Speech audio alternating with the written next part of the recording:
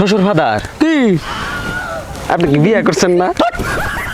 বিয়া না করলে তোর ডাসলো কোন থেকে হরুর পো কারে বিয়ে করছেন? তোর শাশুড়িরে বিয়া করছি। কে আব্বা, ঘরে ঘরে আত্মীয় বানাইছেন, বাইরে বিয়ে করলে আর দুই একটা আত্মীয় পারতো না?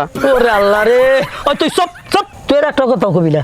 আয়, শ্বশুর ফাদার, এই এত বড় নদী কেরা কাটছিল? তোর বাপে কাটছিল, এত মাটি কনে ভালাইছেন? আমি খাইছি শালা হরুর পো।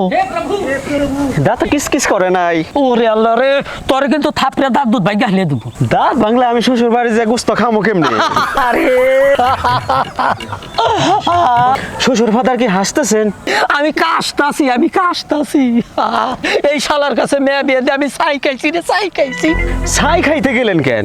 আমারে কইলেই তো এক বস্তা চাল পাঠিয়ে দিতেন। তোরে জামাই বালিয়া আমার মেয়েটার জীবনও শেষ, আমার জীবনটাও শেষ। খালি আমার দোষ? আপনার মেয়ের দোষ নাই? আপনার মেয়ে যে খালি টেকা চায়, আপনার মেয়ে আমার একবার ফকির বানিয়ে হেলাইলো। আই, কয় টাকা চাই রে, কয় টাকা চাই? আজ 100, কাল 500, তারপরে 1000, এমনি খালি টাকা চায়। এই এত টাকা নিয়ে আমার মেয়ে কি করে? আমি কেমনি কমু? আমি কি কোনদিন টাকা দিছি নাকি? আল্লাহ, তুমি আমার সহ্য করার ক্ষমতা দাও, সহ্য করার ক্ষমতা দাও আল্লাহ। আমি সকল দর্শকদের কই, মেয়ে মেয়ে দেওয়ার সময় দেখবেন জামাই মাইসের জাত কিনে এরম হাবা গোবা বলদ জামাইয়ের কাছে কেউ মেয়ে বিয়ে দিবেন না।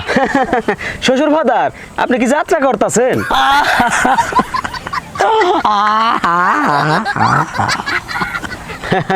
আবার অভিনয় কি শেষ হয়েছে? ও রুরবো, তোর কাছে আর মেয়ে দিন না, শালা জানোয়ার জানি কোথাকার।